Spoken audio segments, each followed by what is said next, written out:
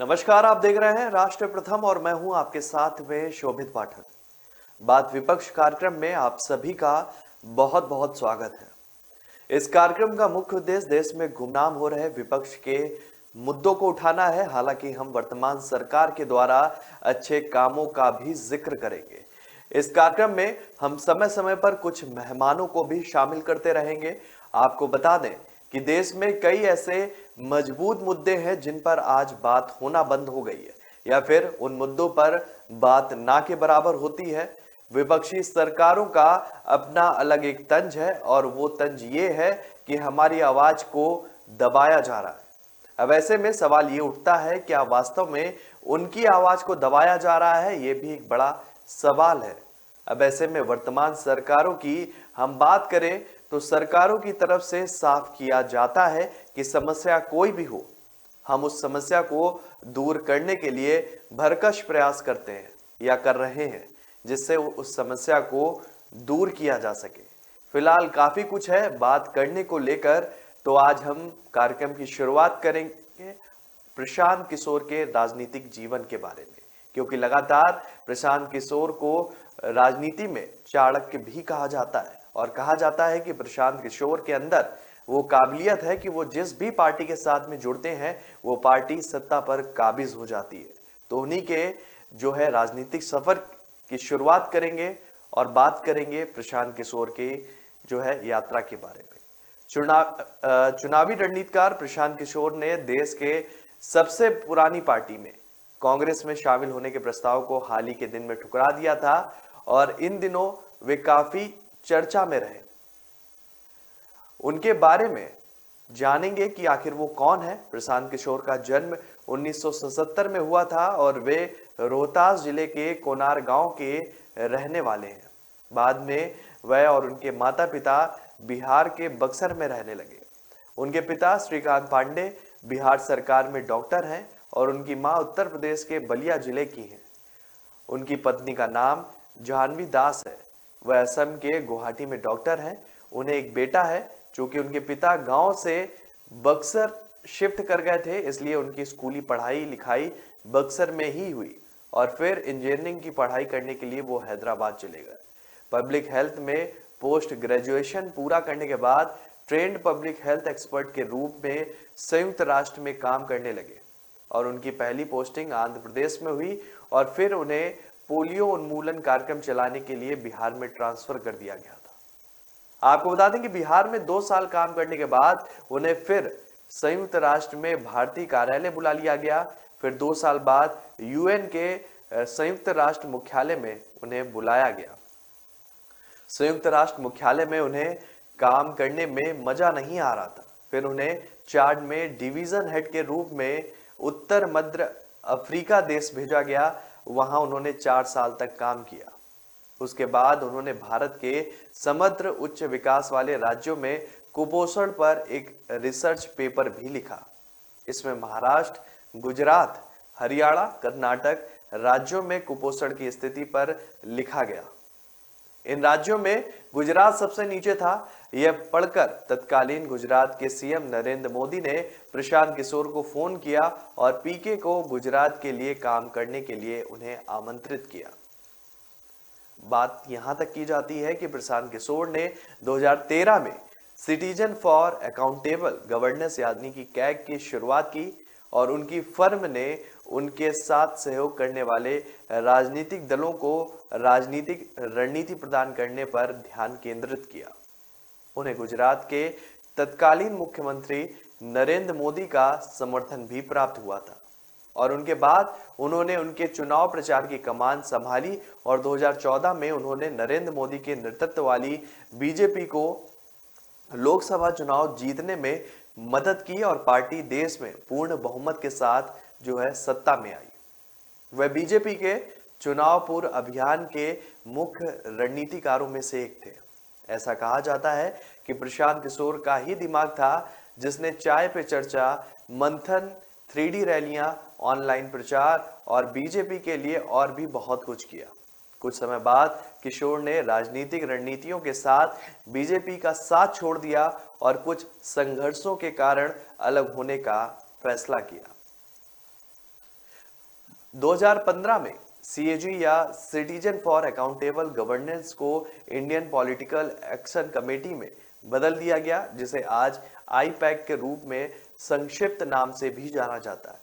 उन्होंने नीतीश कुमार की फिलहाल मदद भी की और उन्हें नीतीश के निश्चय विकास की गारंटी के नारे लगाने वाली साइकिल का उन्हें सुझाव दिया था।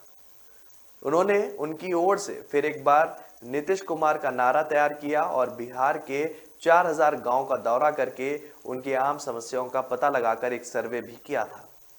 लालू प्रसाद यादव के साथ मिलकर नीतीश कुमार ने शानदार जीत हासिल की थी और उसके बाद वह जदयू के सदस्य बन गए थे। नीतीश कुमार के साथ ज्यादा दिन रहे और पार्टी फिर छोड़ दी। तो कयास यहां तक लगते रहे कि प्रशांत किशोर का जो राजनीतिक जीवन था वो एक अलग दिशा की ओर से आया था, जिसे बड़े रणनीतिकार के रूप में पहचान मिली। जब जिस तरीके से उन्होंने काम किया तो उनके काम से प्रभावित होकर खुद गुजरात के उस समय सीएम रहे नरेंद्र मोदी ने उन्हें आमंत्रित किया और निश्चित ही इस बात की लिए उन्हें मनाया था कि वो गुजरात में आए और गुजरात की स्थिति का अवलोकन करें और अपने सुझाव से गुजरात को जो है सुधार संबंधी दिशा की ओर अग्रसर करें। लगातार अलग अलग राजनीतिक दलों से भी उनकी जान पहचान रही। जिस तरीके से भाजपा सरकार में 2014 में उन्होंने काम किया, इसके बाद नीतीश कुमार के साथ में रहे। यहां तक कहा जाता है कि नीतीश कुमार के साथ में वो घर में भी उनके रहते और नीतीश कुमार उन्हें एक बेटे की तरीके से रखते थे। हालांकि उन्हें जेडीयू का उपाध्यक्ष तक बनाया गया, जिसके बाद में उन्होंने जेडीयू की विकासकांक्षी महत्वाकांक्षाओं को जो है जग जाहिर किया और लोगों को जो है नीतीश कुमार के पाले में लेकर आश्वस्त किया। लगातार अलग अलग राजनीतिक दलों में उनकी भूमिका इस वजह से मजबूत होती गई क्योंकि जिस तरीके से प्रशांत किशोर ने अपनी भूमिका को जो है राजनीतिक पटल पर रखा था, वो भूमिका एक मजबूत रणनीतिकार के रूप में पहचानी गई। कहा यह भी जाने लगा कि प्रशांत किशोर के अंदर वो काबिलियत है कि वो जिस भी पार्टी के साथ में जो है जुड़ते हैं, वो पार्टी निश्चित ही रूप से, चाहे वो गर्त में हो, वो निश्चित ही रूप में उसमें एक नई जान आ जाती है, नई ऊर्जा आ जाती है और नए विचारों के साथ में वो पार्टी जो है जनता के साथ में संवाद फिर से स्थापित करती है। प्रशांत किशोर के बारे में यह भी कहा जाता है कि 2017 में कैप्टन अमरिंदर सिंह उनसे जुड़े और पंजाब चुनाव में उनके लिए काम किया। कैप्टन हर घर में एक जाना पहचाना नाम बन गए क्योंकि किशोर फैशनेबल नारों के साथ उन्हें सपोर्ट कर रहे थे। कॉफी विद कैप्टन और पंजाब द कैप्टन, इस तरह के नए नामों का भी चलन पंजाब में देखने को मिला था। अमरिंदर सिंह ने कुल 117 में से 77 सीटों के साथ जीत हासिल की और पंजाब के सीएम कैप्टन अमरिंदर सिंह ने ट्विटर पर उनके काम की बड़े पैमाने पर और सार्वजनिक रूप से उनकी सराहना भी की थी। इस तरह प्रशांत किशोर का कारवां बढ़ता गया और उन्हें एक रणनीतिकार, एक सफल रणनीतिकार की छवि प्रदान मिली। उन्होंने एक समर्पित रणनीतिकार के रूप में भारतीय जनता पार्टी, तृणमूल कांग्रेस, वाईएसआर कांग्रेस और भारतीय राष्ट्रीय कांग्रेस, आम आदमी पार्टी, अन्य जैसे राजनीतिक दलों को मदद करके चुनाव जिताने में भी मदद की है। दिल्ली में पार्टी अध्यक्ष सोनिया गांधी के आवास पर आयोजित कांग्रेस पार्टी की बैठक में करीब 4 घंटे तक उन्होंने जो है प्रेजेंटेशन को दिया था। बैठक में प्रशांत किशोर के साथ नेताओं ने उस प्रेजेंटेशन को देखा था। कांग्रेस के वरिष्ठ नेता केसी वेणुगोपाल ने कहा कि 2024 में होने वाले चुनाव को लेकर प्रशांत किशोर एक प्रेजेंटेशन पार्टी अध्यक्ष सोनिया गांधी और कुछ बड़े नेताओं के सामने उन्होंने पेश की है। उनके इस प्रेजेंटेशन पर समीक्षा के लिए टीम भी बनाई गई, जो कुछ समय बाद रिपोर्ट उसने अपनी सौंपी और उसके बाद आखिरी निर्णय भी लिया गया। हालांकि बात प्रशांत किशोर की कांग्रेस में नहीं बनी। प्रशांत किशोर को कांग्रेस को लेकर एक उनकी अपनी व्यक्तिगत राय थी। वो मजबूती के साथ जिस खाकों को उन्होंने तैयार किया था, उसमें कहीं ना कहीं कांग्रेस अपनी विचारधारा को फिट करने में कामयाब नहीं रही और बात बिगड़ गई। बताया जाता है कि प्रशांत किशोर ने अपने प्रेजेंटेशन में कहा था कि कांग्रेस पार्टी को 370 सीटों पर ध्यान देना चाहिए। कांग्रेस यूपी, बिहार और ओडिशा में अकेले उसको लड़ना चाहिए। तमिलनाडु, पश्चिम बंगाल और महाराष्ट्र में कांग्रेस को गठबंधन में लड़ना चाहिए। प्रशांत किशोर की बातों पर राहुल गांधी ने भी सहमति जताई थी। सूत्रों का ऐसा मानना था। सूत्रों के मुताबिक प्रशांत किशोर आने वाले दिनों में कांग्रेस में शामिल होंगे, ऐसे भी कयास लग रहे थे, लेकिन उन्होंने पार्टी में कोई खास पद नहीं मांगा था। वो कहते थे कि हम एक सुझाव देंगे और सुझाव के तौर पर ही मेरा भूमिका को कांग्रेस पार्टी में निर्धारित किया जाए। आपको बता दें कि इस बैठक में शामिल होने वाले नेताओं में मल्लिकार्जुन खड़गे, ए.के. एंटनी, अंबिका सोनी, के.सी. वेणुगोपाल, जयराम रमेश, मुकुल वासनिक, दिग्विजय सिंह, अजय माकन भी शामिल थे। पिछले कुछ दिनों से अटकलें लग रही थी कि प्रशांत किशोर को गुजरात चुनाव में कांग्रेस बड़ी भूमिका दे सकती है। इससे पहले एक इंटरव्यू में खुद प्रशांत ने मई में अपने राजनीतिक भविष्य को लेकर एक बड़ा ऐलान करने की भी बात कही थी और मीडिया रिपोर्ट्स में दावा किया जा रहा था कि प्रशांत किशोर की टीम गुजरात में सर्वे भी कर रही है। इस बैठक से पहले प्रशांत किशोर राजस्थान के मुख्यमंत्री अशोक गहलोत से भी मिल चुके थे और आपको बता दें कि पंजाब चुनाव से पहले भी प्रशांत किशोर की कांग्रेस के बड़े नेताओं के साथ कई बार मुलाकातें भी हुई थी। इस दौरान उनके कांग्रेस में शामिल होने की अटकलें भी चली थी। लगातार जिस तरीके से पंजाब चुनाव से पहले की अगर हम बात का जिक्र करें, प्रशांत किशोर की कांग्रेस से नजदीकियां बढ़ रही थी, उस दौर पर यह कयास लगाए जाने लगे थे कि प्रशांत किशोर के अंदर जो है कांग्रेस को संभालने की जिम्मेदारी दी गई है उन्हें, और प्रशांत किशोर निश्चित ही तौर पर उस भूमिका पर खरे उतरेंगे जैसा कि वो पहले अन्य पार्टियों के साथ जुड़े और लगातार जीत का परचम उनके साथ लहराया गया। लेकिन हालांकि किशोर और कांग्रेस में बात नहीं बनी और ये बात सिर्फ अटकलें ही साबित हुई कि प्रशांत किशोर कांग्रेस में एक महत्वपूर्ण पद पर जा सकते हैं। प्रशांत किशोर की सीएम नीतीश कुमार से भी मुलाकात अभी हमने पीछे बीते दिनों देखी थी और ये कयास लगाया जा रहा था कि प्रशांत की जदयू में फिर से एंट्री हो सकती है, लेकिन ऐसा नहीं हुआ। सीएम नीतीश कुमार ने स्पष्ट कर दिया था कि उनके प्रशांत किशोर से पुराने संबंध है। प्रशांत ने इच्छा जताई तो सीएम ने उन्हें बुलाया था, लेकिन इस पर कोई भी बात नहीं हुई।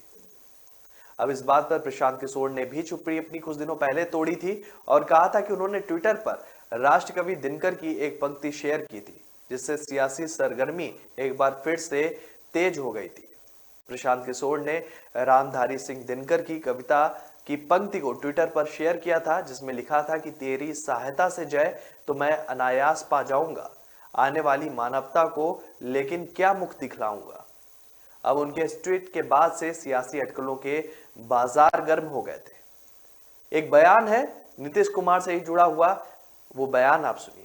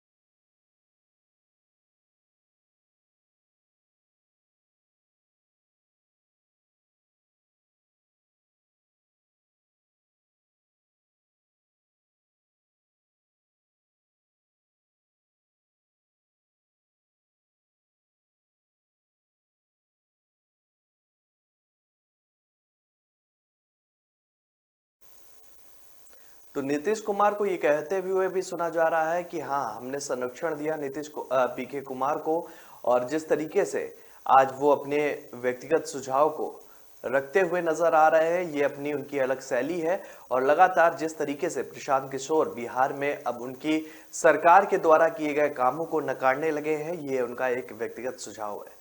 प्रशांत कुमार का जिक्र करते हुए कहते हैं कि ये वही व्यक्ति हैं जिन्हें हमने संरक्षण दिया, जिन्हें हमने महत्वता दी, लेकिन आज वही प्रशांत किशोर है जो लगातार हमारी पार्टी के किए गए काम को नकारने पर तुले हुए हैं। नीतीश कुमार कहते हैं कि हो सकता है कि उनका एक अपना अलग सुझाव हो, एक अलग मानना हो, एक अलग जो है बिहार की राजनीति को लेकर एक अपना व्यक्तिगत दृष्टिकोण हो, लेकिन हमारे आज के ताल्लुक जो है वो प्रशांत किशोर से नहीं है। कुछ लोगों ने प्रशांत किशोर की जदयू में एंट्री होने की बात की थी। उन्होंने कहा था कि फिर से जो है जदयू में प्रशांत किशोर का कद बढ़ सकता है। वहीं कुछ और लोगों का कहना था कि वे आने वाले भविष्य को लेकर काफी सतर्क हो गए। बिहार में महागठबंधन की सरकार बनने के बाद जदयू में नया राजनीतिक बदलाव हुआ। जानकारी के मुताबिक प्रशांत किशोर की जदयू में एंट्री भी हो सकती है, ऐसे भी बीच में कयास लगने लगे थे।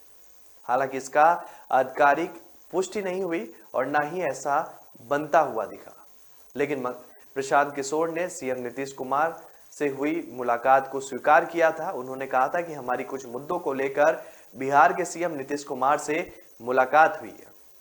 इस पर सीएम नीतीश कुमार से सवाल पूछा तो उन्होंने कहा कि उनसे पुराना संबंध है और मुलाकात राजनीति से जुड़ी हुई नहीं, व्यक्तिगत मामलों से जुड़ी हुई थी।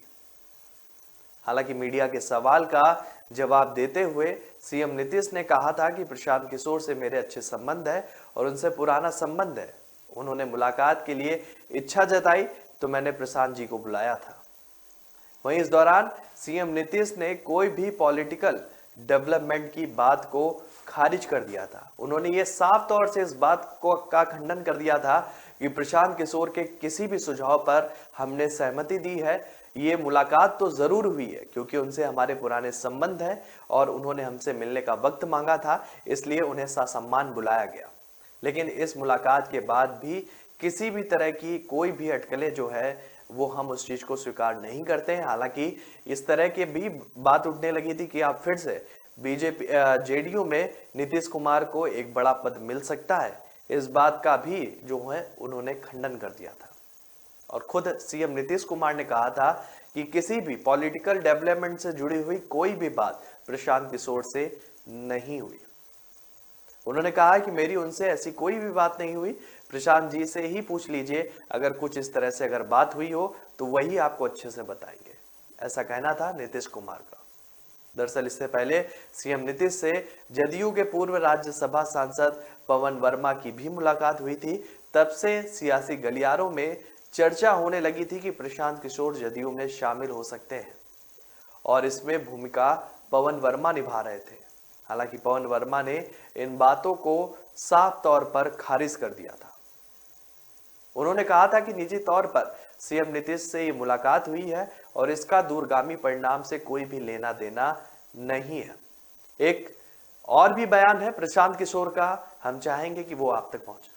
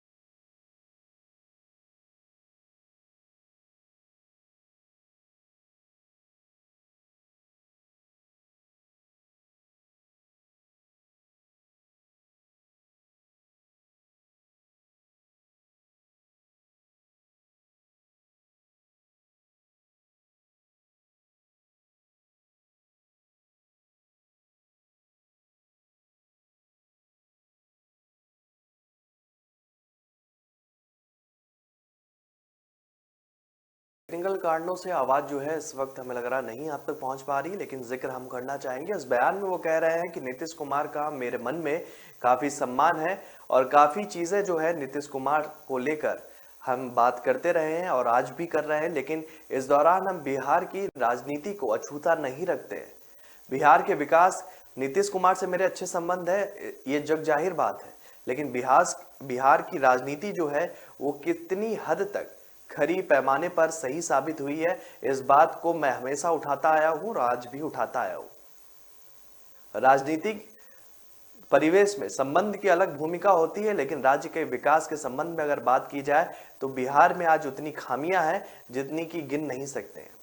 उन्होंने कहा कि इसीलिए मैं जन स्वराज यात्रा को लेकर निकला हूं। हालांकि इस यात्रा के साथ में उन्होंने कहा कि ये 3500 किलोमीटर की लंबी यात्रा होगी और इस यात्रा में हम समय समय पर लोगों के साथ जुड़ेंगे, उनकी चीजों को समझेंगे और निश्चित ही तौर पर लोगों से जानेंगे कि क्या उनकी जरूरतें हैं और किस तरीके की वो विकास की मांग करते हैं बिहार सरकार के अंदर। आपको बता दें कि प्रशांत किशोर और पवन वर्मा जदयू में रह चुके हैं, जिसका जिक्र हम पहले कर रहे थे, और सीएए और एनआरसी पर पार्टी लाइन के खिलाफ बोलने के दौरान जदयू ने प्रशांत और पवन दोनों को पार्टी से बाहर का रास्ता दिखा दिया था। उस दौरान प्रशांत किशोर जदयू के उपाध्यक्ष थे और पवन वर्मा राज्यसभा सांसद थे। इसके बाद पवन वर्मा पश्चिम बंगाल की मुख्यमंत्री ममता बनर्जी की पार्टी टीएमसी में शामिल हो गए और जदयू से नाता उनका टूट गया। बिहार के मुख्यमंत्री नीतीश कुमार ने दावा किया था कि चुनाव रणनीतिकार से नेता बने प्रशांत किशोर ने उनसे जनता दल यूनाइटेड यानी कि जदयू का कांग्रेस में विलय कर लेने को भी कहा था। साथ ही उन्होंने यह भी कहा था कि किशोर जो हैं वो भाजपा के लिए काम कर रहे हैं। वहीं सीएम नीतीश कुमार के इस बयान पर पलटवार करते हुए प्रशांत किशोर ने कहा था कि नीतीश कुमार पर उम्र का असर हो चला है और राजनीति में भी वह अब अकेले पड़ गए और इसी घबराहट में कुछ ना कुछ वो बयान दे रहे हैं। प्रशांत किशोर ने कहा कि अगर मैं बीजेपी का एजेंट होता तो जेडीयू का कांग्रेस में विलय क्यों करवाता, और अगर मैं कांग्रेस को मजबूत करना चाहता हूं तो बीजेपी का एजेंट कहना गलत बात है। यानी कि नीतीश कुमार खुद अपनी बातों को काट रहे हैं, वह भ्रमित और राजनीतिक रूप से अलग थलग होते जा रहे हैं। वह उन लोगों से घिरे हुए हैं जिन पर वह खुद भरोसा नहीं करते हैं। वहीं प्रशांत किशोर की चर्चा कांग्रेस में शामिल होने लगी थी और लगातार ये उम्मीद जताई जाने लगी थी कि अब वो जिस तरीके से पिछले कुछ दिनों की अटकलें लगी थी कि वो नीतीश कुमार की पार्टी में फिर से शामिल होंगे, उन्हें मजबूत पद मिलेगा, और लगातार कांग्रेस से जिस तरीके से वो कांग्रेस की भूमिका को निभाने में उनकी जो भूमिका थी वो कहीं ना कहीं निराधार साबित हुई थी। हालांकि कांग्रेस पद में, कांग्रेस पार्टी में उन्हें कोई मजबूत पद नहीं मिल पाया था। इसके बाद भी एक बात निकल कर आई कि नीतीश कुमार के साथ में जब उनकी मुलाकात हुई तो अटकलों का बाजार ये था कि नीतीश कुमार की पार्टी में वो शामिल हो सकते हैं। जब उनकी भूमिका अलग हुई, जब नीतीश ने खुद इस बात का खंडन कर दिया कि पॉलिटिकल डेवलपमेंट से जुड़ी हुई बात हमसे प्रशांत किशोर की नहीं हुई, ये एक व्यक्तिगत मुलाकात थी क्योंकि वो मिलना चाहते थे। तो इस तरीके की राजनीतिक उठापटक भी जो है बिहार की राजनीतिक हलचल में देखी गई प्रशांत किशोर से जुड़ी। लेकिन आखिर में प्रशांत किशोर कांग्रेस में शामिल नहीं हुए, बिहार आकर जन स्वराज यात्रा में जुट गए। तब से प्रशांत किशोर बिहार में जन स्वराज अभियान के तहत पूरे बिहार के जिलों का दौरा कर रहे हैं। कई जिलों में सभा के दौरान प्रशांत किशोर ने बिहारी की बदहाली के लिए सीएम नीतीश को भी जिम्मेदार माना है। आज जब प्रशांत किशोर ये कहते हैं कि 3500 किलोमीटर की लंबी यात्रा होगी और बिहार से जुड़ी ये यात्रा है, बिहार के दुख दर्द को बांटने से जुड़ी हुई यात्रा है, तो निश्चित ही तौर पर इस यात्रा से एक जब नतीजा निकलेगा वो काफी अहम होगा और उस नतीजे से ही तय होगा कि, क्योंकि प्रशांत किशोर से जुड़ी हुई रणनीतिकार मानते हैं कि इस यात्रा के बाद प्रशांत किशोर जो हैं वो खुद एक नई पार्टी का भी ऐलान कर सकते हैं। तो खुद इस प्रशांत किशोर का ये मानना है कि वो इशारों में बात करते हैं। वो कहते हैं कि हो सकता है कि जब इस यात्रा को हम संपूर्ण कर लेंगे, हर एक लोगों के बीच में जाकर अपनी बात को मजबूती से रख देंगे और निश्चित ही तौर पर इस यात्रा से जुड़ा हुआ जो समीकरण हमें मिलेगा उसके हिसाब से आगामी भूमिका को तय किया जाएगा। कहीं ना कहीं ये भी हो सकता है कि प्रशांत किशोर जो मजबूत रणनीतिकार के रूप में अपनी साख रखते हैं, निश्चित ही तौर पर एक नई पार्टी का गठन भी कर सकते हैं। प्रशांत किशोर की जन स्वराज यात्रा की शुरुआत जो है महात्मा गांधी की जयंती के मौके पर हुई और उन्होंने इस पदयात्रा की शुरुआत मंदिर में पूजा अर्चना करने के बाद वैदिक मंत्रोच्चार के साथ की थी। ये पदयात्रा पश्चिम चंपारण जिले के भितिहरवा गांधी आश्रम से शुरू हुई थी। चुनावी रणनीतिकार प्रशांत किशोर ने कहा कि इस पदयात्रा के माध्यम से वे केवल 3500 किलोमीटर पैदल चलेंगे, ना ही सिर्फ इससे लोगों को जोड़ने की हर संभव कोशिश भी करेंगे। प्रशांत किशोर ने जन स्वराज यात्रा को लेकर कहा कि इस पदयात्रा को पूरा करने में लगभग 1 से 1.5 साल तक का समय जरूर लगेगा और इस बीच वो पटना या दिल्ली नहीं लौटेंगे, मतलब वो यात्रा से जुड़े रहेंगे और समय समय पर यात्रा जहां ठहराव करेगी वहां जनसंवाद भी करेंगे। स्वतंत्रता के बाद 50 के दशक में भारत के अग्रणी राज्यों में शामिल बिहार आज देश का सबसे पिछड़ा और गरीब राज्य है, ऐसा कहना है प्रशांत किशोर का। हालांकि जो वर्तमान सरकारें हैं वो बिहार को लेकर उनके ताजा बयान आते रहते हैं सामने और लगातार वो इस बात का जिक्र भी करती हैं कि बिहार जो है वो उन्नति कर रहा है और विकास के रास्ते पर लगातार जो है वो बढ़ रहा है। लेकिन आज की अगर राजनीतिक और वर्तमान परिदृश्य की बात करते हैं तो बात ये समझ के आती है कि बिहार भी आज कई इलाके आज भी बिहार के पिछड़े हुए हैं, जहां पर लोगों का मानना है कि हमारी सुनवाई नहीं होती, हमें हमारे यहाँ नेता जो हैं वो जीत कर तो चुनाव में गद्दी पर बैठ जाते हैं चुनाव में, लेकिन फिर जीतने के बाद वो कभी वापस अपना मुंह नहीं दिखाते हैं आके। और फिर जब चुनाव आता है तो वोट बैंक के लिए वो हमारे बीच आते हैं और लुभावने वादे देते हैं और हम एक बार फिर जो है उन पर विश्वास करके उनको जीत का सरताज पहना देते हैं।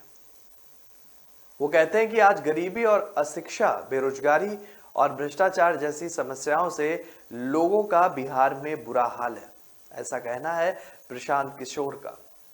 वो कहते हैं कि अब समय बदलने वाला है और इस संकल्प के साथ और आने वाले 10 सालों में बिहार को देश के शीर्ष 10 राज्यों की श्रेणी में शामिल कराने के लिए जन स्वराज का यह अभियान समाज के सही लोगों को जोड़कर एक सही सोच के साथ सामूहिक प्रयास के जरिए एक ऐसी व्यवस्था बनाने की कोशिश है जिससे सत्ता परिवर्तन सही मायनों में व्यवस्था परिवर्तित का जरिया बनेगा। वो आगे कहते हैं कि जन स्वराज यात्रा को लेकर प्रशांत किशोर ने एक ट्वीट किया था कि देश के सबसे गरीब और पिछड़े राज्य बिहार में व्यवस्था जो है वो परिवर्तन का दृढ़ संकल्प है। पहला महत्वपूर्ण कदम समाज की मदद से एक नई और बेहतर राजनीतिक व्यवस्था बनाने के लिए अगले 12 से 15 महीनों में बिहार के शहरों, गांव और कस्बों में 3500 किलोमीटर की पदयात्रा करके हम लोगों के बीच में जाएंगे और एक बेहतर भविष्य को तलाशेंगे। और इस यात्रा का प्रशांत किशोर कहते हैं सिर्फ यही अर्थ है कि बिहार की जनता की समस्याओं को दूर करना, बिहार के दुख दर्द को समझना, क्योंकि वो कहते हैं कि सत्ता आती है, वादे करती है, गठबंधन से सरकार बन जाती है और गठबंधन के साथ में सत्ता का स्वाद चखा जाता है और इसके बाद में फिर जनता की जो समस्या है वो फिर भी जस की तस ही रहती है। लगातार जिस तरीके से हमने पहले भी बात की थी कि जिस तरीके से भारतीय जनता पार्टी के साथ में नीतीश कुमार के साथ में गठबंधन हुआ था, वो गठबंधन अलग हुआ, इसको लेकर भी प्रशांत किशोर अलग तंज कसते हैं। वो कहते हैं कि आज वही नीतीश कुमार हम पे हमलावर है जो कभी भारतीय जनता पार्टी को लेकर सुर्खियां बटोरते थे। तो एक अलग पैमाना है प्रशांत किशोर की राजनीतिक सफर को लेकर और आज उनकी यात्रा जो है वो मजबूती के साथ में जुड़ रही है। वो गांव-गांव, कस्बों जाकर लोगों की समस्याओं को बांटने और सुनने का जो है वो एक महत्वपूर्ण उसको लेकर एक दिशा निर्देश देते हुए भी दिखाई देते हैं। और वो कहते हैं कि हमारे द्वारा जो यात्रा है वो बिहार को एक नए पैमाने पर भी पहुंचाएगी और उनके दुख दर्द को समझकर जो नतीजा निकलेगा उस पर हम आगामी भूमिका को निभाएंगे। अब देखने वाली बात यह होगी कि प्रशांत किशोर की यात्रा के बाद में प्रशांत किशोर क्या नई राजनीतिक पार्टी का गठन करते हैं क्या फिर वो किसी राजनीतिक दल में फिर से जुड़ेंगे, ये तो आने वाला वक्त ही बता सकेगा। तो फिलहाल आज के कार्यक्रम में हमारे साथ इतना ही। कल हम फिर हाजिर होंगे विपक्ष के मुद्दों के साथ में और उनकी बातों को विस्तार से रखेंगे। तो फिलहाल हमें दीजिए इजाजत, तब तक के लिए नमस्कार।